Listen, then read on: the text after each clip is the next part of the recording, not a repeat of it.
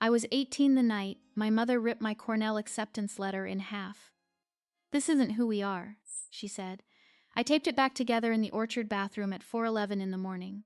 I left at 5:42 on the TCAT bus, out of Trumansburg. I didn't come back for 7 years. What I brought back with me to my grandmother's 80th birthday party in front of 32 people, that's the part my mother still won't talk about. My name is Thea Lindstrom. I'm 25 years old. The tradition in our family was simple. The eldest daughter doesn't leave the orchard. She doesn't go to college. My grandmother followed it. My mother followed it. My aunt followed it. I'm the one who didn't. The orchard had been Holcombe land for 78 years.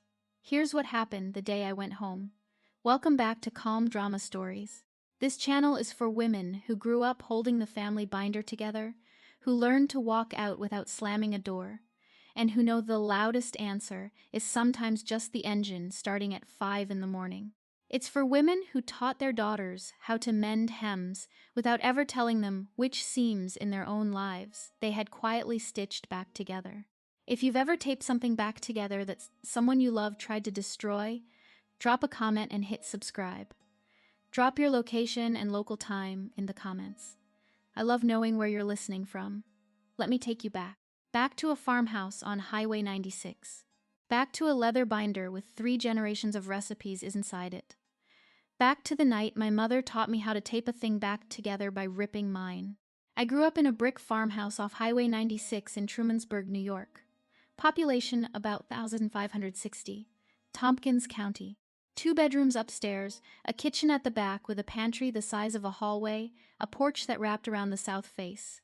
The orchard started 30 feet from the porch steps. 47 acres of Cortland and Macintosh and Northern Spy. Some of those trees were older than my father. My father ran his own tractor shed at the south end of the orchard. Carl Lindstrom Tractor Repair, painted in chipped green letters on a hand-cut sign above the doorway. He'd hung the sign in 1995, the year after he married my mother and moved into the farmhouse. My mother stayed home. She ran the cider press every October. She kept the binder. My sister Cora was 15. I was 18. My grandmother Estelle was in the front room. She watched the kitchen television with the volume turned all the way down. She had done that for as long as I could remember. The kitchen was the heart of the house. The pantry held the bushels and the canning jars and the quart bags of frozen blackberries from the back fence. The counter held one thing that wasn't food, a leather binder. Brown, cracked at the spine. Holcombe Orchards, 1947, embossed on the cover in dark gold lettering that had faded in the upper right corner, where my grandmother's wedding ring had brushed it for 60 years. The binder held 3 generations of recipes inside. 53 cards in Estelle's handwriting and 4 cards in my mother's. Apple butter, hot milk sponge cake, Polish red borscht, sour cherry shrub, dilly beans, fryer chickens, rosemary, cider donuts, apple cake with maple drizzle, beet relish, sourdough crust. Underneath the cards, the binder held the rule. The eldest daughter stays at the orchard. The eldest daughter doesn't go to college. The eldest daughter cooks. The eldest daughter marries someone from Tompkins County. My grandmother had done it. My mother had done it. My Aunt Marlene had done it. I was next. I never said no out loud. That wasn't how we operated. I said no the way the women in our family said no, quietly, in a place no one would look for me. That place was the Ulysses Philomathic Library on Main Street, 2nd floor, west window, the table behind the genealogy shelves. I went there after school every day. I told my mother I was tutoring 6th graders at the rec center. The rec center was 3 doors down from the library. The lie was geographically true. I took the ACT in October at Trumansburg Central High School. I took the ACT in November at the same high school. I lied about where I was on Saturday mornings. My mother thought I was working a shift at the Trumansburg Roastery for $9 an hour cash. I was. 3 Saturdays out of 4. The 4th Saturday I was sitting in the high school cafeterias with a number 2 pencil and an answer sheet. I scored 1540 on the ACT. I scored 34 on the ACT. I told no one. I sent in 7 applications. 1 was to Cornell University College of Engineering. 6 were SUNY safety schools: Buffalo, Binghamton, Albany, Stony Brook, Geneseo, Plattsburgh. I could afford application fees because I'd been saving from babysitting the Whitlock kids next door. $7 an hour, 3 afternoons a week, 18 months, $315 by the end of January. The Engelhart First Generation Engineering Fellowship was a footnote on the Cornell application that I'd read 40-something times. Full ride, tuition, room and board, books. $78,500 a year. I checked the box, I sent it in, I told no one. The eldest daughter doesn't go to college. My grandmother sat in the front room with the television volume low. She watched the local news at 6, and the weather at 6:30, and the early Cortland sportscast at 6:45. The binder sat on the kitchen counter. The Holcombe Orchard sign at the end of our driveway had been painted in 1968, the year my grandmother took over from her own mother. It had been repainted twice since. It said, "Pick your own September through Halloween." It said cedar pressing Saturdays. It didn't say what the binder said. But everyone in our family read both. My father came home from the tractor shed at 5:20 every evening. He washed his hands at the laundry sink because the kitchen sink was for vegetables. He sat at the dining table and read the Ithaca Journal back page sports section while my mother served dinner. He didn't contradict her.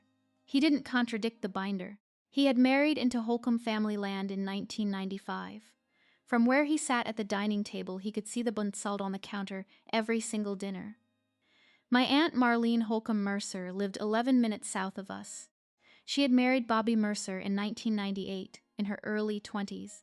She had 2 daughters, my cousins Charla and Lindy, now 26 and 23. Both of them had stayed. Charla ran the cash window at the cider press every October. Lindy lived 2 houses down from my aunt and worked the Orchard mail order line.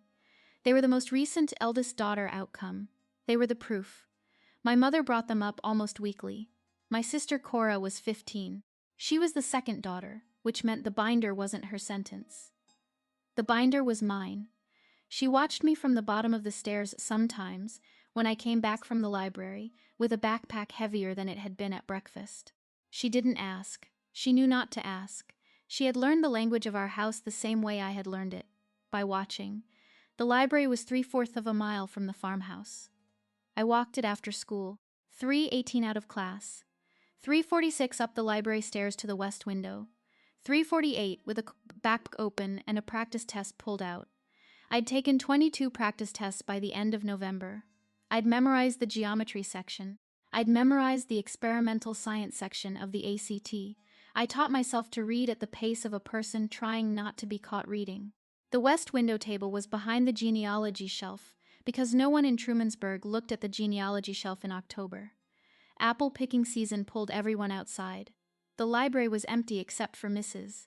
Pemberley, the reference librarian, who was 81 and had once told me she liked seeing a girl take her time with the spelling of long words. There is a kind of quiet that is permission, not the quiet of a closed room, the quiet of a town where nobody asks where you are because they assume they know. Trumansburg had that kind of quiet. The Holcombe Orchard had that kind of quiet. I used it. I sat behind the genealogy shelves, and I built a life that nobody at the kitchen table knew I was building. The applications mailed out the first week of December. I sealed the Cornell envelope at the post office on a Tuesday afternoon, 3 blocks from the library, 3 days after my 18th birthday. The clerk at the window was Ed Marsh. He had stamped my mother's mail in 1992. He didn't remember her. He stamped the envelope without looking up. I paid $1.15 for the certified mail tracking. I walked back to the library. I did the geometry section. The big envelope arrived on a Wednesday in late March. I almost didn't make it home in time. The mailbox was the kind with a red flag that nobody ever raised. I walked home from school at 3:18 the way I always did, and I saw the corner of the envelope sticking out before I reached the porch. Cornell University in red letters across the upper left. The envelope was thick. Thick was the thing every senior in America was waiting for. Thin meant no. Thick meant yes. I tucked it under my coat. I went straight upstairs. I locked the bathroom door behind me. I sat on the edge of the tub. The letter was 3 pages. The first page said, "Congratulations." The second page said, "Full need-based scholarship through the Engelhart First Generation Engineering Fellowship." The third page said, "Housing and meal plan included." I read the first sentence 11 times. I cried without sound. I sat there for what my watch later told me was 14 minutes. I had a plan, and the plan had been to say no. The plan had been to apply on principle in secret and then to decline if a yes ever came, and to keep that decline tucked into the same place where I kept the test scores. The plan had been to know, just to know that I could have. The plan had not anticipated full ride. I read it a 12th time. I folded the letter into thirds. I tucked it under the bath mat. I went downstairs and ate dinner. My mother asked if I wanted seconds. I said no thank you. She said I looked pale. I said I had a headache. I had 36 hours before the second envelope, the one with the housing forms and the parent affidavit, would arrive. My mother changed the bath mat every Friday morning. I had Thursday night to figure out what I was going to do. I didn't figure it out fast enough. Friday at 5:14, my mother was folding laundry on the dining table. White towels in one stack, dish towels in another, folded the Holcombe way, trefoiled, hem out. My father's coveralls in a third. I came through the back door from school. I'd been planning to retrieve the letter from under the bath mat that night, after everyone was asleep, and re-shove it inside the cover of my chemistry textbook. The letter was on the table next to the dish towels. My mother didn't look up. She kept folding. The bath mat doesn't hide things, Thea. I change it on Fridays. I hadn't thrown the letter away. She had found it. She had read it. She had set it on the table to wait for me to walk in. I was going to tell you, I said. Tell me what? She still didn't look up. That you applied behind my back. That you took 2 tests we never agreed to. That you used my address for college mail. I started to explain. Full ride, no debt, 4 years of room and board, Engelhardt Fellowship. I had it ready in my head. The math of it. The lack of cost. My mother picked up the letter. She finally looked at me. She ripped it down the middle slowly, all 3 pages at once. Then she turned the halves and ripped them again. The pieces fell onto the dish towels. 4 rectangles of cream-colored paper with the red logo cut clean in half. This isn't who we are. My grandmother in the front room didn't look away from her television. My sister Cora on the bottom stair was holding the banister with both hands. My father in the tractor shed at the south end of the orchard didn't hear a thing. The whole ripping took maybe 7 seconds. My mother didn't yell. She hadn't raised her voice. That was the part I hadn't prepared for. I'd prepared for shouting. I got calm. By 7:23 that evening, my Aunt Marlene was at our kitchen table. She lived 11 minutes south. My mother had called her at 5:26, 12 minutes after the ripping, the receiver still warm in her hand. My grandmother had wheeled her armchair into the dining room. My father had retreated to the tractor shed with a sandwich. Cora was upstairs and was not invited. The 4 pieces of the letter were still on the table. No one had moved them. They were the centerpiece. The apple butter biscuits my mother had baked Wednesday sat next to them, untouched. My grandmother spoke first. The eldest daughter stays at the orchard, always has. My Aunt Marlene nodded. I stayed. Donna stayed. Thea stays. That's how it works, I said. Cornell offered me a full ride. My grandmother adjusted her glasses. Then they wasted a letter. I said it again, slower. 4 years tuition free, room and board included, engineering. A career I could build. I had it laid out the way I had laid it out in my head 100 times in the library. My mother said, "Your sister is 15. She needs you here." I said, "Cora will be fine." My Aunt Marlene said, "Your aunt had her chance once." So did your mother. I missed the second half of that sentence. I heard chance, and my brain stopped at aunt. I should have heard, so did your mother. I didn't. My grandmother repeated herself. She liked repetition. The eldest daughter stays at the orchard. No one asked me what I wanted. No one asked me what Cornell had offered. No one asked me what my SAT score was. They had already decided. They had decided the night I was born. They had decided when my grandmother was born. The conversation in the dining room was procedural. I stopped arguing at 8:15. I went upstairs at it. I didn't sleep. I waited. At midnight, my mother went to bed. At 12:30, my father came inside from the tractor shed and made the floorboards creak past my door. At 1:15, the house was quiet enough that I could hear the refrigerator hum from the kitchen. I went down at 1:40. The 4 pieces of the letter were still on the dining table. My mother hadn't thrown them out. She had left them as a lesson. I gathered them. I took them to the bathroom upstairs, locked the door, sat on the tile floor with my back against the tub. Scotch tape. Mom kept a roll in the medicine cabinet for the labels on her canning jars. I pulled the strip slow. I taped each tear like a stitch. My mother had taught me to mend things. She just hadn't said which things. Hems, yes. Buttons, yes. Letters from Cornell University, no. The sentence about the Engelhart Fellowship ran across 2 tape lines. I could still read it. I folded the letter into thirds. I put it in the inside chest pocket of my denim jacket, the one that closed. I went back to my room. I opened the bottom drawer of my dresser.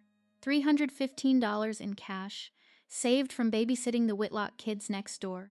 A printed cat schedule I'd downloaded at the library and folded into 8s in October. Route 30, 5:42 a.m., departure from the PNC parking lot on Main Street. I wrote a note for Cora, half a page. I told her I loved her. I told her I'd write. I told her not to be afraid. I told her where the binder was in case anyone asked, which they wouldn't. I slipped the note under her pillow at 3:40 while she slept with her mouth open. I went down the stairs in socks. The light in the tractor shed was on. I had expected it to be off. My father was standing at his workbench. Sleeves rolled, hands greasy, the carburetor from the 1993 Ford pickup that didn't run open on a clean rag. He wasn't fixing it. He was pretending to. He had been waiting. I stood in the doorway with my coat on and my duffel bag at my feet. He turned. He looked at me the way he looked at customers who came to the shop with a problem they couldn't name. He nodded once. "Your mother loves you, Thea, I know." He wiped his hands on the rag. He went into his back pocket and took out his wallet. He counted out 6 20s. He held them out. I took them. $120. He had $120 in his wallet on a Friday after payday, and he had decided somewhere between dinner and 1:40 in the morning to give all of it to me. "For the bus," he said, "and for whatever's after the bus." I put the bills inside my jacket with the letter. He didn't ask where I was going. He didn't need me to tell him. He had heard my mother on the phone with Marlene. He had heard the ripping through the wall. He had been awake the same way I had been awake. He had been waiting since the ripping. He had been waiting since 1992. I didn't say thank you. I didn't say goodbye. He didn't reach for me and I didn't reach for him. He turned back to the carburetor. I picked up my duffel. I walked out the side door of the tractor shed into the cold. It was 4:11 a. The temperature was 26 degrees. I could see my breath. The taped letter sat against my collarbone, folded into thirds, $120 on top of it. My duffel bag was a navy nylon backpack with one broken strap. It contained 3 changes of clothes, a paper bag of The Catcher in the Rye, my SAT prep book, my high school transcript folded twice, my driver's license, a spare pair of glasses, and a Ziploc bag with my toothbrush in it. That was every item I owned that mattered. The TCAT stop was the PNC parking lot on Main Street, 0.7 of a mile from the farmhouse. I walked it in 14 minutes. The bus pulled up at 5:41. I boarded at 5:41. I paid $5.50 to the driver, a man whose nameplate said Ed Marsh, the same Ed Marsh who had stamped my Cornell envelope in December. He didn't look up. He took my 5 and my 2 quarters and printed me a receipt. The bus left at 5:42 on the dot. I watched our street slide past, the orchard sign at the end of the driveway, the kitchen light on, the upstairs dark. My mother's silhouette behind the kitchen window with a coffee cup. She was watching the bus go, I'm almost sure of it. I didn't wave. She didn't see me. Cora's bedroom light came on at 5:36. She had found the note. The light stayed on for 2 minutes and 11 seconds. Then it went out. I don't know what she did between minute 1 and minute 2. I've wondered for 7 years. I took the taped letter out of my jacket. I read the Engelhart Fellowship sentence one more time. I folded it. I put it back. I fell asleep against the window. $315 from babysitting. $120 more from my dad. 1 taped letter. It was enough. The bus pulled into the Cornell North Campus loop at 6:31 a.m. The sky was navy. The buildings around me were brick and limestone with carved Latin above the doors. I walked from North Campus to Day Hall with my duffel on my back. It was 0.7 of a mile. I had printed directions at the Trumansburg Library 2 weeks earlier.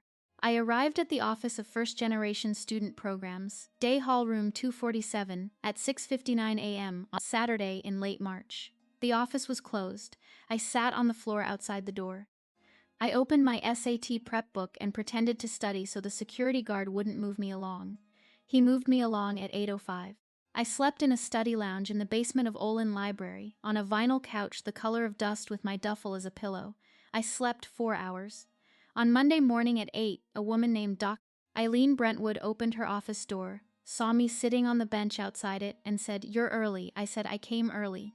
She said, "How early?" I said, 3 days. I hadn't eaten a real meal since the gas station in Ithaca, where I'd bought a granola bar. Dr. Brentwood took one look at me and walked me down the hall to the cafeteria, where she had a faculty meal pass. She bought me eggs and toast and orange juice. She watched me eat. She didn't say anything until I was finished. Then she said, "Tell me what you have." I had the taped letter.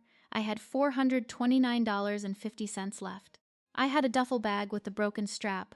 I had no parent affidavit signed. I had no proof of income because my parents wouldn't provide it. Dr. Brentwood looked at the taped letter for a long time. She turned it over. She turned it back. She said, "Keep that." I started to put it back in my jacket. She stopped me. Frame it cheap, but keep it where you can see it." That was my first week at Cornell. The first year passed the way years do when you're working. I took 18 credit hours each semester, plus a summer session. I worked 22 hours a week in the materials biology lab. I worked another 14 hours a week at College Town Bagels on College Avenue.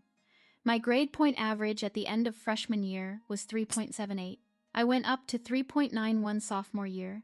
I emailed my mother twice. The first email was the second week of school, my new dorm address and the dorm phone.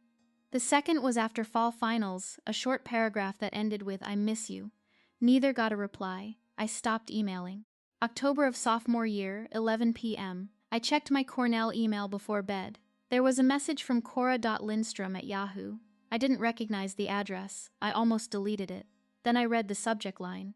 "Mom, the body was 3 sentences. She told Father Geddes you're dead. He asked at coffee hour after the 11 a.m. service." Aunt Marlene confirmed. It was signed Cora. I read the email 3 times. I closed the laptop. I went into the kitchen of the apartment I shared with 2 other scholarship students. I drank a glass of water. I came back. I read it a 4th time. My mother had buried me. Not metaphorically. She had told the parishioners of St. Hilda's Episcopal Church on Main Street in Trumansburg that I had passed. My Aunt Marlene, my mother's sister, had been the corroborating witness. Father Geddes had asked at the coffee hour after the 11 a.m. service. The dead daughter narrative was easier than the live daughter who had refused to stay. My mother had chosen the lie, so had my aunt. The whole town would now treat my mother with a kind of soft solemnity, the way you treat someone with a tragedy in the recent past. I didn't reply to Cora. I didn't know what to say to her in October of sophomore year. I closed the laptop. I went to bed at 11:40. I didn't sleep until 2:20. The payphone in the lobby of Willard Straight Hall at Cornell, the one outside the post office, rang for me on a Tuesday in March of junior year at 4:11 p. I was walking past it on my way to a problem set group. The desk attendant flagged me. She said, "Thea Lindstrom, there's a man on the line. Says he's your father." I hadn't heard his voice in 2 years and 4 months. I picked up. "Thea, Dad. Grandma had a stroke. Mild. She's home. She's asking for you." I stood with the receiver against my left ear and watched a freshman drop a textbook on the floor. I said, "When did it happen?" 3 weeks ago. I let the silence sit. He sat in it too. He had called me at a payphone on a Tuesday afternoon, 3 weeks after the event, with no advance email, with no warning, with my mother's hand surely somewhere near his elbow. I said, "She had 3 weeks of asking and you waited until now to call." He didn't answer. I said, "Tell her I'm in finals. I'm sorry." I hung up. Finals weren't for another 6 weeks. I knew it. He knew it. The lie was a gift to both of us. It let me hang up without saying no. It let him tell my mother I'd been studying. That night I sat on the floor of my apartment and I went through my logic the way I went through my problem sets. The math was, Grandma had a stroke. Grandma was home. Grandma did not want me there. Grandma had wanted me to stay home 7 years ago and she had not changed her mind. My father had been told to call. My father had called. My answer had been a small lie that gave everyone an exit. I didn't feel guilty. I noted with some surprise that I didn't feel guilty. I went to bed at 10:30. I slept 8 hours for the first time in 3 months. If you've ever had your father call you with someone else's guilt, your mother's, your grandmother's, your aunt's, and you knew before you picked up that the call wasn't really from him, I'd love to hear what you said. Drop it in the comments. And if you're new to Calm Drama Stories, hit subscribe. Sunday's story is about a woman who answered her phone for the last time. Senior year December, I moved off campus to a studio apartment above Ithaca Bakery on Eddy's. 3 subway stops from the lab if Ithaca had subways, which it doesn't. I walked. My rent was $895 a month. My stipend covered $750 of it. The lab covered the rest in exchange for 15 hours of weekly research assistantship. I had a bookshelf, a futon, a small desk under the window, a kettle, a wok, and a roommate named Imani Adebayo, who was 3 years into her own doctorate in organic chemistry. Imani was from Lagos. She had left her family at 19 for similar reasons. We didn't talk about it. The frame was $14 at the CVS on Buffalo Street. Black plastic, 8 inches by 10. I had carried the taped letter folded inside the cover of my sophomore year organic chemistry textbook for 2.5 years. The folds were soft. The tape was browning. I had not added more tape. The tears weren't stitching loose. The letter held. I unfolded the letter on the kitchen counter the night I bought the frame. I smoothed the creases as flat as I could with the back of a spoon. I slid the letter behind the glass. I tightened the 4 metal tabs. I hung it on a nail above my desk. Imani came home at midnight. She made a cup of tea. She walked over to the desk and looked at the frame for 30 seconds. Why is it taped? My mother ripped it once. Imani nodded. She started to walk back to her room. Then she stopped. She turned. Some women tape because they had to, she said. Some tape because they get to choose. You're the second kind now. She went to her room. That was all I said about it for the next 18 months. I didn't need to say more. The letter was on the wall. The tape was browning slow. I crossed the stage at Skolkop Field on a Friday in May. The weather was 68 degrees, partly cloudy, no rain. The ceremony began at 10 a.m. My section, Biological Engineering, walked at 11:36. My name was the 38th name, called out of 187 in my section. I had sent 4 invitations to Trumansburg 3 months earlier. Mother, father, grandmother, Aunt Marlene. Mother's came back stamped return to sender. The envelope had been opened, the contents read. The envelope resealed with a different brand of tape than the one she had used to repair my chemistry homework in the 8th grade and put back in the mailbox. She had taken the time to send it back. She hadn't taken the time to write anything on it. Father's was opened, no reply. I learned later from Cora that he had read it on the porch and put it in his coverall pocket. Grandmother's was used as a coaster for her morning coffee. The water ring was on the cardboard backing. Cora sent me a photograph 6 months later. The water ring was perfect, like she'd centered the mug on purpose. Aunt Marlene's was thrown out unopened. I had reserved 4 seats in the family section, rows G through J on the aisle. 3 were empty at 11:26 when the ceremony started. I had hoped, the way you hope for things you know aren't going to happen, that one of them would be filled. Dr. Brentwood came. She sat in the first seat. She wore a navy blazer and she clapped for me when I crossed the stage. The only person in row G who clapped for any single graduate by name. My faculty advisor, Dr. Helen Sundgren, sat in the second seat. Imani sat in the third. The 4th seat stayed empty. After the ceremony, the 3 of them took me out for pho at Saigon Kitchen on West State Street. Dr. Brentwood ordered the rice noodle bowl. We didn't talk about who hadn't come. We talked about my doctorate starting in the fall in Dr. Sundgren's lab. I scanned the crowd at the end. I didn't find her. The package came on a Tuesday in July, my first month as a doctoral student, 2 months after graduation. It was a brown cardboard box, 12 by 10 by 8, the kind you buy at the UPS store. The shipping label was hand-printed in pencil. The postmark was Trumansburg. The return address line was blank. I opened it at the kitchen counter at 6:15 p.m. with a steak knife. Inside the cardboard box was Grandma Estelle's leather binder, the same one. Holcombe Orchard's 1947 embossed across the cover, the leather darker than I remembered, the spine stiffer. I lifted the cover. The recipe cards were still there. Apple butter, hot milk sponge cake, Polish red borscht, sour cherry shrub, dilly beans, fryer chicken with rosemary, cider donuts, apple cake with maple drizzle, beet relish, sourdough crust, 53 cards in Estelle's handwriting and 4 in my mother's. Under the cards, a cardboard separator. Under the separator, lying flat against the bottom of the binder, was a yellowed manila envelope. I sat down on the kitchen floor. Inside the manila envelope, 3 items. The first item was a high school transcript from Trumansburg Central High School, class of 1992. The name on the transcript was Donna Marie Holcombe. Donna, my mother. The grade point average was 3.91. National Honor Society. Senior class secretary. Top 5%. The second item was an acceptance letter from Tompkins Cortland Community College, Registered Nurse Program, Fall Semester 1992. Partial scholarship $325 per semester. Total cost after scholarship $1,340 per semester. The letter was dated April 8, 1992. The third item was the same acceptance letter in 2 pieces, taped back together with brittle yellowed masking tape. The masking tape had cracked along the spine. The 2 pieces were still attached, but the tape had given up sometime in the last decade. My mother had taped her own scholarship letter back together in 1992, and then she had kept it for 26 years. The roll of Scotch tape in our bathroom medicine cabinet, the one I had used at 1:40 in the morning 7 years ago, that roll had been her roll. She had taught me without ever telling me what she had taped. I sat with the 3 pieces of paper on my kitchen counter for 2 hours. I didn't cry. I don't remember thinking. I remember the kettle was on and I forgot about it, and Imani turned it off when she came in around 8. Imani looked at the papers. She didn't ask. She made tea for both of us. She sat across from me. I worked the math out.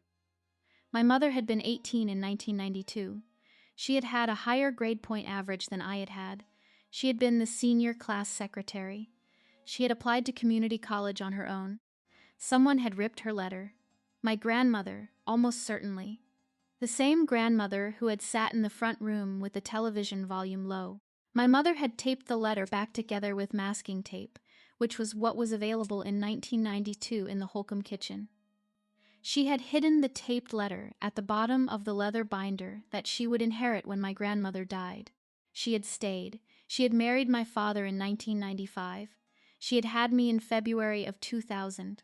She had spent 23 years cooking from the cards above the letter.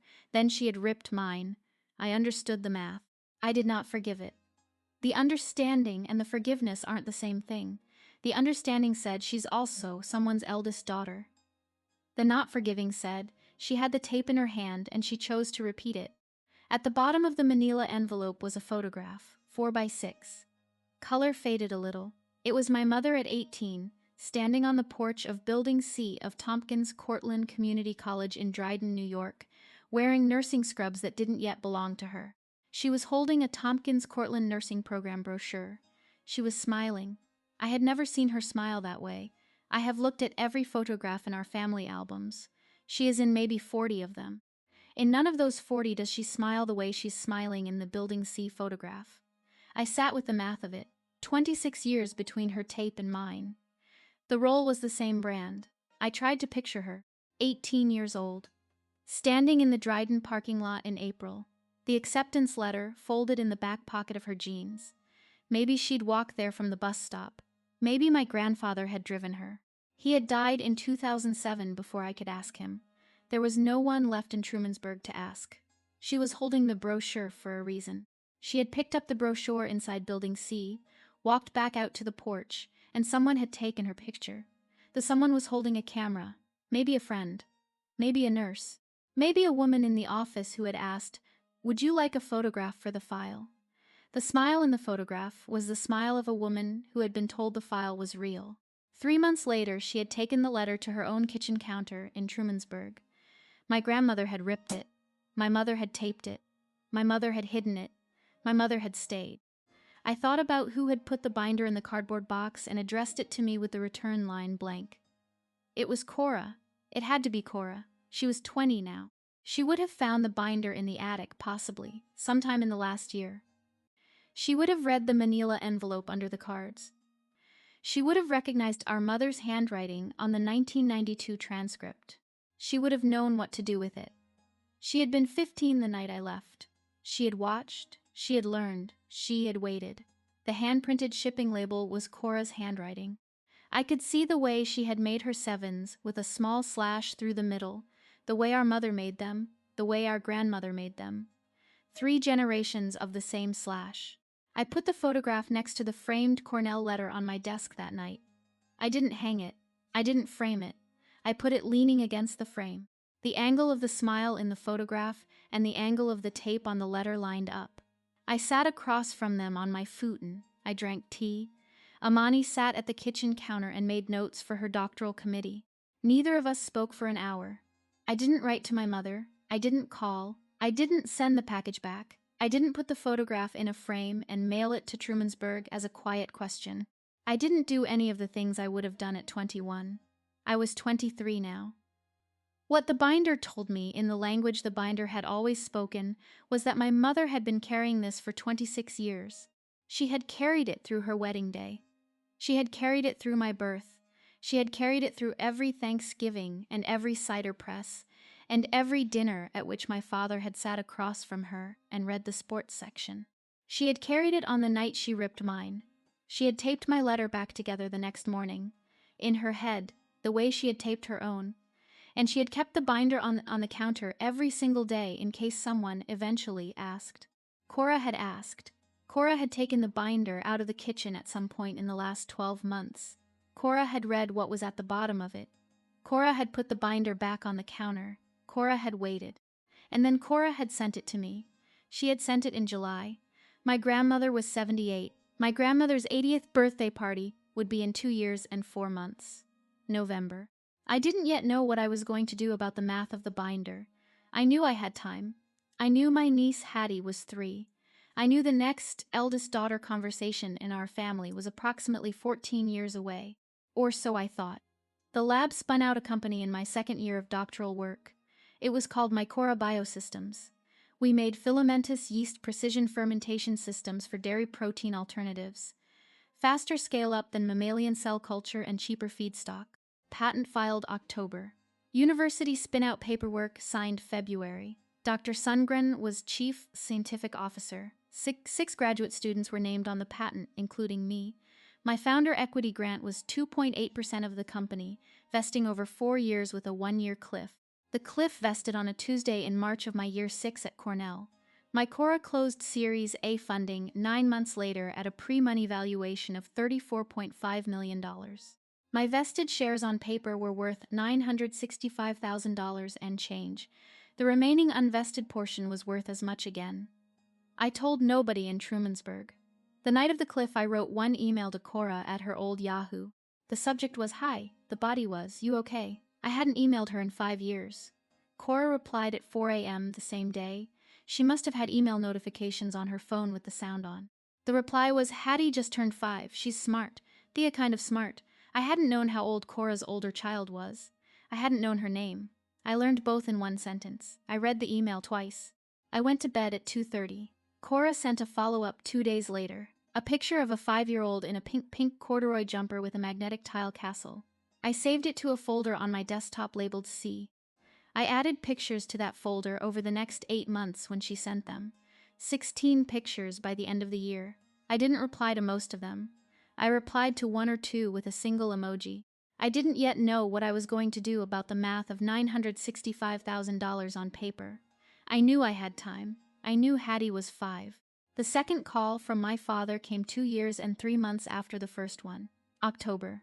I was in the lab at 6:23 p.m., running a calibration on a new fermenter. My phone vibrated on the bench. Unknown number. Tompkins County area code. I picked up. "Thea, Dad. Grandma's 80th is in 6 weeks. They want you there, your mother." I sat on the lab stool. "Your mother has been telling everyone you didn't get into Cornell, that you dropped out. That's the story now. Up at St. Hilda's, up at Marlene's." He paused. "Why are you calling, Dad?" "Because they're starting on Hattie. Marlene started it at Easter." Donna's nodding. "Cora isn't saying no. They're laying it out for her so she'll think it was her idea by the time she's 12. She's 5. She's 5. I picked up a pen from the bench. I wrote on the back of my hand, 6 weeks. Hattie birthday. How do you know they're starting now? Marlene bought her a play kitchen. I stared at the pen mark. I said, "Thank you for telling me. Thea, I should have called sooner." Yes. I hung up. I walked out of the lab. I didn't finish the calibration. I didn't sleep that night. I sat at my kitchen table with a yellow legal pad, and I made a list the way I made any list in the lab. Numbered, column, falsifiable. Item 1. What I wanted to say. Answer, nothing. Actions only. Item 2. What I wanted to leave behind. Answer, the taped letter, the 1992 photograph, a document. Item 3. Who the audience was. Answer, Hattie, only Hattie. Everyone else was witness scaffolding. Item 4. When. Answer, my grandmother's 80th birthday. Saturday in November, 6 weeks out. 32 witnesses, including church friends. Public enough that the conversation couldn't be later denied by my mother. Item 5. What I would not do. Answer, argue, raise my voice, justify, apologize for being late. Item 6. What I would do if my mother tried to stop me at the door. Answer, stand on the porch and speak through the screen. Hattie would still hear me. Item 7. Funding. Answer, a trust. Money to be set aside in a registered account before the trip so the document I would lay on the table would be real, not promised. I made one final note at the bottom. This isn't revenge. This is a controlled demonstration. Inputs, outputs, controls. I went to bed at 5:20 a.m. I slept for 2 hours. I woke up at 7:30. I called the lawyer Imani's brother had used for a stock purchase agreement. Her name was Wendy Halloran.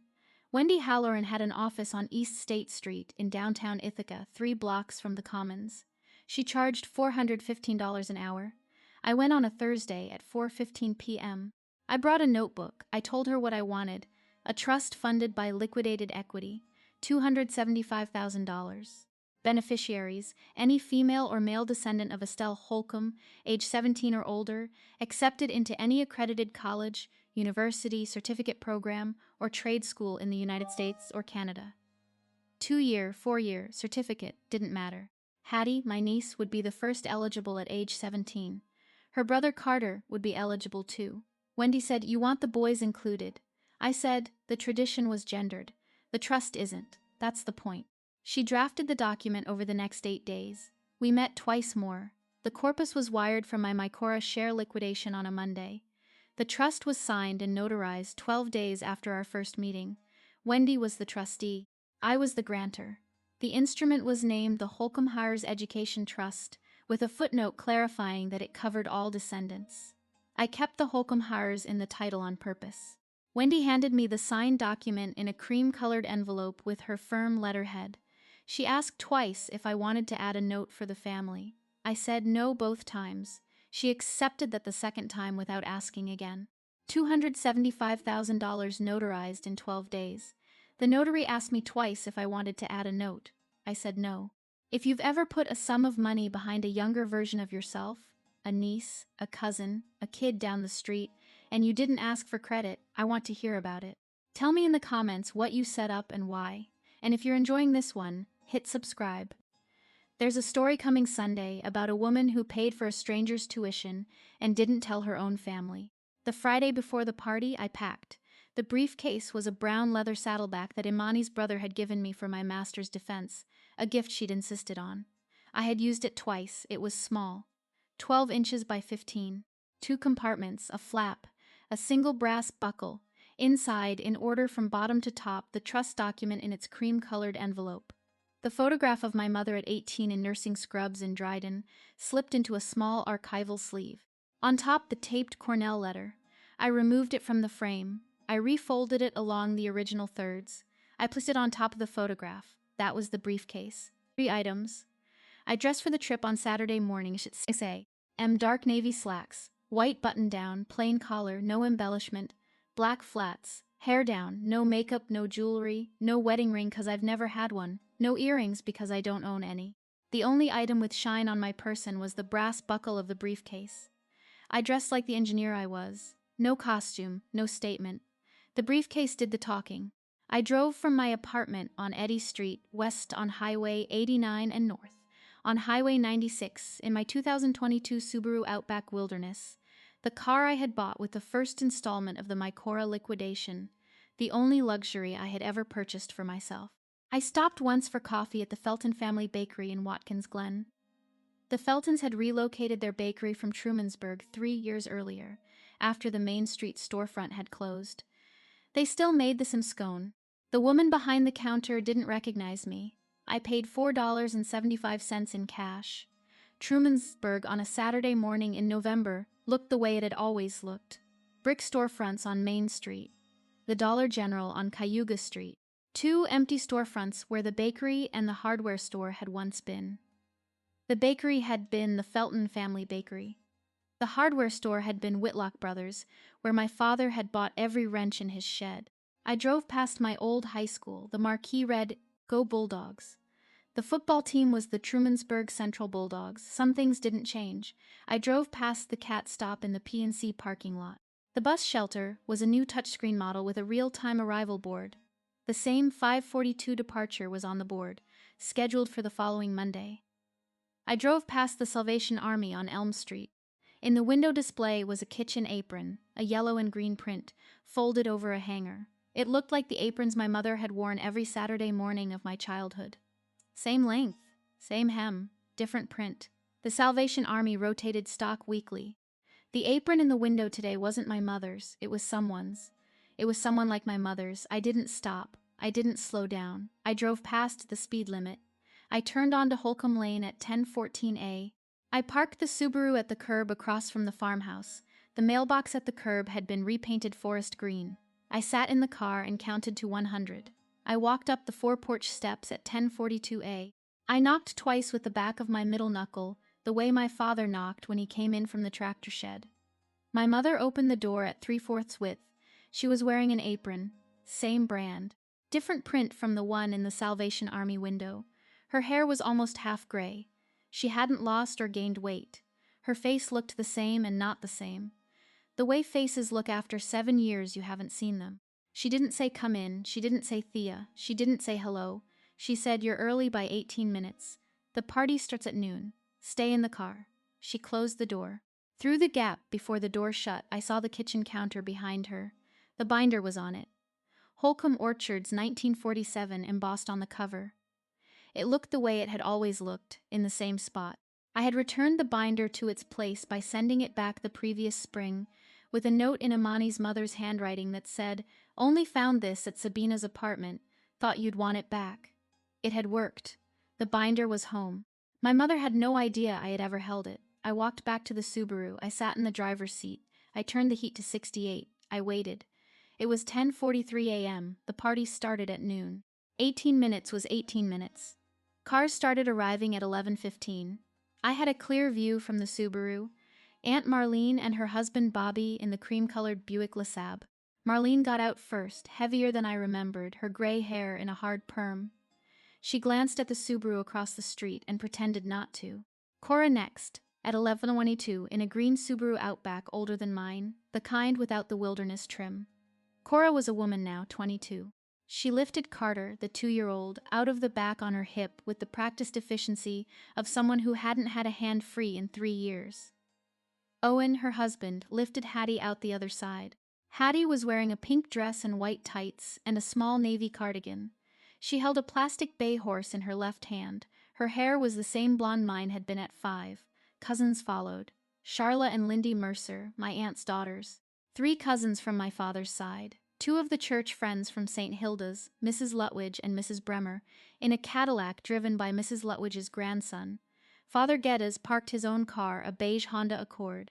The mailman from the post office, 2 neighbors, a woman I didn't recognize. At 11:53, Cora crossed the street. She had taken off her coat. She came right up to the driver's window. I rolled it down. She said, "I sent you the binder. I know. It took me 5 years to find it. She had it in the attic. Thank you. Are you going to make a scene?" "No," I said. "I'm going to make an option." She looked at me for 2 seconds. Then she nodded once. She walked back across the street. I walked in at 12:08 p.m. The living room had 32 people in it, folding chairs along the wall, plastic tablecloths, a cake on the dining table, white with yellow piping that read, "Happy 80th, G." A second cake on the counter, lemon, smaller. The binder was still on the counter. The conversation in the room paused when the door opened. Then it stopped. My mother from the kitchen archway said one word. She came. My grandmother in the armchair, the same forest green corduroy armchair she had been sitting in 7 years ago, looked up over her reading glasses. The reading glasses were new. The frames were the same. She said, "Thea, you look thin." "Hi, Grandma," Aunt Marlene from the dining table said. "Took you long enough. Sorry I missed Christmases." Marlene opened her mouth. My father crossed the room from the kitchen. He had aged 7 years. He hugged me. 2 seconds, he let go. He said nothing. He went back to the kitchen. I stood in the entryway with the briefcase in my right hand. Hattie was on the carpet in front of the television, 10 feet from me, playing with the bay plastic horse. Carter was on Cora's lap. Owen was talking to Bobby. The room remembered how to talk in about 15 seconds. The volume came back up. Mrs. Lutwidge asked Mrs. Bremer if she wanted coffee. I sat down on the folding chair nearest the front window. I put the briefcase on the carpet beside my left foot. At 12:15, while my grandmother fussed with her cane on the way to the dining table, I caught a piece of a conversation I wasn't supposed to hear. Marlene and my mother, kitchen archway, whisper arguing. Marlene said, "She brought the binder back, Donna. I saw it on the counter last summer." My mother said, "Don't." Marlene said, "You knew your letter was in it. You knew Thea would find it, and you put the binder back on the counter anyway." My mother said, "Don't, Marlene." Marlene said, "I'm not saying anything. I'm just saying I saw it." She walked back toward the front window. She passed my chair without looking at me. My mother stayed in the kitchen archway. I didn't move. At 12:31, my mother picked up a butter knife and tapped it against the rim of a water glass. The room went down to a hush. My father stepped to the kitchen doorway with a coffee cup. Cora set Carter on the carpet next to Hattie. My grandmother stood up. The cane took her weight on her left. She used the back of the armchair with her right. "Thank you all for coming," she said. 80 years. A gentle laugh from Mrs. Bremer. A clap from Bobby. "I want to say something about our family." She looked down at Hattie, who was rolling the bay horse along the edge of the coffee table. "Holcombe women stay close. We don't chase, we don't drift, we don't get above ourselves. My Donna stayed, my Marlene stayed, my Cora stayed." She paused, she looked at Hattie again, "And one day soon, my Hattie will stay too." She lifted her water glass. To staying, 30 glasses went up, 30 voices to staying. Aunt Marlene's was the loudest. My father lifted his coffee cup halfway and stopped at his sternum. He didn't say the words, 2 glasses didn't go up, mine didn't. I was sitting with my hands folded in my lap. The water glass was on the side table by my elbow. I didn't touch it. Cora didn't. She had picked up her glass. She had brought it to chest height. She had held it there. She hadn't raised it to her mouth. She hadn't said the words. She set it back down. My mother didn't see Cora's glass. My mother was looking at me. I shifted the briefcase from beside my left foot to the floor directly in front of me. The toast applause lasted 9 seconds. Conversation came back. My grandmother sat down hard. Mrs. Lutwidge went to refill her coffee. Cora picked Carter up off the carpet. My mother crossed the room. She came to the kitchen doorway nearest my chair. She kept her voice low. "Don't." I looked up. "Whatever you're thinking, don't." "I'm not thinking. I already decided. You will not embarrass this family today." "I'm not going to embarrass anyone." "Then what are you going to do?" "I'm going to talk to Hattie." My mother's left hand went to her hip. Her right hand was holding a dish towel. The dish towel was the same brand of cotton that my grandmother bought in 3 packs at the Bosovs downtown. I had folded those dish towels 3,000 times in the kitchen of this house growing up. The fold was a Holcombe fold. Trifold. Hem out. "She's 5, Thea. I know. You don't get to walk in here after 7 years. And Mom," she stopped. I said, "I'm not asking you for anything. I'm not going to fight with you. I'm going to put something in front of Hattie and I'm going to leave. You can do whatever you want after I'm gone." My mother said, "This is my house." I said, "It's Grandma's house." She didn't answer that. She turned on her heel. She went back into the kitchen. Through the archway, I watched her wring the dish towel between both hands, twisting it the way she twisted dough. I picked up the briefcase. I stood. I walked across the carpet toward Hattie, who was still playing with the bay horse. I knelt on one knee. The room got quiet again. Mrs. Lutwidge's coffee cup stopped halfway to her mouth. Imani's line from senior year came back to me. "Some women tape because they had to. Some tape because they get to choose." I was the second kind now. Hattie looked up at me with the bay horse in her left hand. She had her mother's eyes. She didn't know who I was. I'd been gone before she was born. I said, "Hi, Hattie. I'm your Aunt Thea." Hattie said, "Okay." I opened the briefcase on the carpet. I took out the taped Cornell letter. I unfolded it. I laid it on the carpet between us. The Browning tape was visible across the Engelhardt Fellowship sentence. "This is from when I was 18. Grandma might tell you about it someday. If she doesn't, your mom will." Hattie looked at the letter. She didn't pick it up. "If you ever want to go to school anywhere, high school, college, trade school, anywhere, this is a letter that says someone said yes to me. Someone will say yes to you too. You don't have to take the same letter. You'll get your own." From the kitchen doorway, my mother said, "Thea, stop." I kept my eyes on Hattie. I reached into the briefcase. I took out the cream-colored envelope. I stood up. I walked 4 steps to the coffee table where my grandmother's cake plate sat. I laid the envelope on the coffee table. This is $275,000. It's in a trust. It's for any girl in this family who wants school. Or any boy. Carter, too. I looked at Cora. Carter? Too. Aunt Marlene stood up from her dining chair. You can't do this here. I did it 12 days ago. I'm just telling you now. My grandmother rose from the green armchair. The cane took her weight again. Her face was red. Thea Marie Lindstrom, the eldest daughter, stays at the orchard. I stood up from the carpet. I looked at my mother in the kitchen archway, not at my grandmother. My mother said, "This isn't who we are." I said it the way she had said it. Same volume, same tempo, no theatrics. Then I'm not who we are. The room went silent. 32 faces. Hattie on the carpet picked up the taped letter. She held it up at her shoulder. She held it up to her mother. Cora knelt beside her daughter. She took the letter from Hattie's hand. She held it. She didn't hand it back to me. I took the photograph from the briefcase. I walked to the dining table. I laid the photograph face up next to the cake. Donna at 18 on a porch in Dryden in nursing scrubs. The smile, I said nothing. My mother stepped into the dining room. She looked at the photograph. 4 seconds. She picked it up. She turned it over back. She set it down. She said, "Where did you get it?" I didn't answer. She said, "Where?" I waited. She turned. "Carl." Where did she? Carl.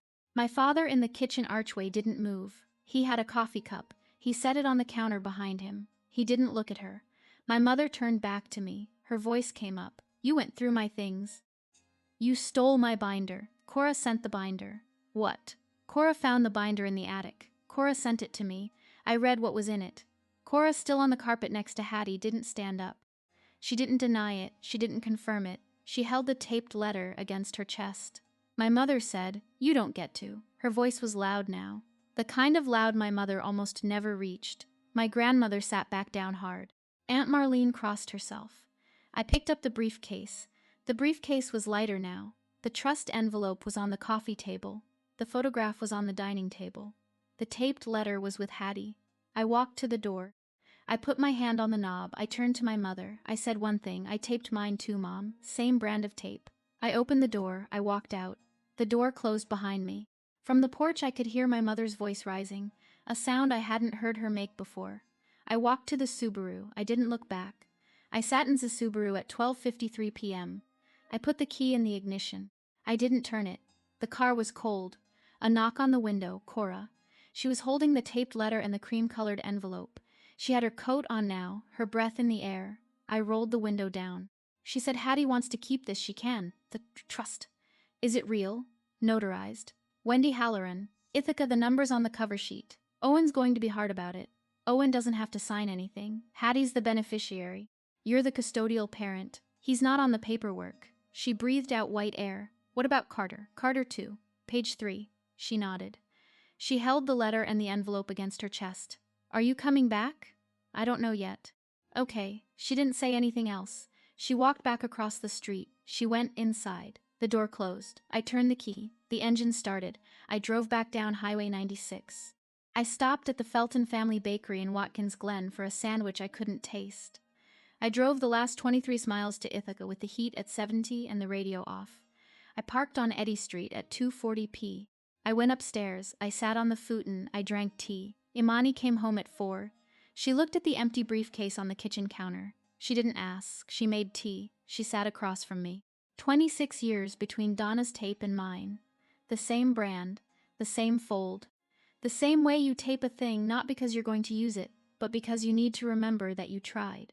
The third call from my father came 3 months later, a Wednesday in February, 6:40 p.m. I was at my kitchen counter cutting onions. My phone vibrated. Tompkins County area code. I picked up. Thea, Dad. Hattie just started a Saturday science program at Tompkins Cortland Community College. STEM Saturdays for elementary kids. Cora used the trust to register her. The onions on the cutting board were half diced. I stopped cutting. It's 6 Saturdays. 4 hours each. Cora's driving her. Owen said it was Cora's money to spend. Cora said it was Hattie's. Thank you for telling me. Your mother won't speak to me about it. She knows. She just won't say it. Okay, I should have called sooner. Thea, 7 years sooner. Yes. A long pause. Hattie wants to write. You can Kira send yours. Yes. All right. He waited. I didn't say anything else. He hung up. I went back to the onions. I finished the dicing. I sautéed them with garlic and olive oil. I made pasta. I ate at the kitchen counter standing. The Tompkins Cortland Community College was the school that had sent my mother her letter in 1992. Hattie was starting there at 5. The envelope from Trumansburg arrived 3 weeks after my father's call. Pink paper. Address in Cora's handwriting on the front. Return address in Hattie's kindergarten handwriting. All caps. Backwards Y. Inside, 2 pieces of paper. The first was a letter from Hattie. Crayon. Pink and red. 6 lines. Dear Aunt Thea. Mom said you went to Cornell. I am drawing a building. The building says my name on it. I am 5. Love, Hattie. The second was a drawing. A red brick building. 3 stories. 6 windows. Across the top in red crayon, Hattie. Folded inside the drawing was the original taped Cornell letter. The same one I had laid on the carpet in front of her. Tape browning. Folds soft. On the inside of the letter, on the back of the bottom third, Hattie had stuck a yellow post-it with 1 sentence in adult handwriting that I knew was Cora's, dictated by Hattie. I'm done with this one. I'll write my own. I put the drawing on the refrigerator. I put the letter back in the frame. I hung the frame above my desk. The tape was still browning. The browning had reached the Englehart Fellowship sentence. The sentence was still legible. I learned something at my grandmother's 80th that I should have learned at my mother's ripping. The people who tell you who you are will tell you for as long as you let them. The only way to answer is to be someone else. Quietly, without arguing, until they have to look at you and decide whether to look away or look up. My mother is still deciding.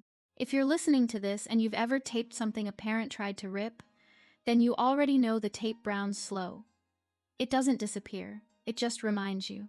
Every time you look up at the thing you mended, you remember that you tried, and you remember the morning you mended it, and that's enough. That's my story. 1 ripped letter, 1 roll of Scotch tape, and a 5-year-old in a brick building she hasn't built yet. If this story reminded you of a younger sibling, a niece, a daughter, someone whose tradition isn't done with her yet, take that as a sign. Open the option for her. Today. This week. And if you know a woman who taped something back together, share this with her. Drop a comment, hit subscribe, and I'll see you in the next one.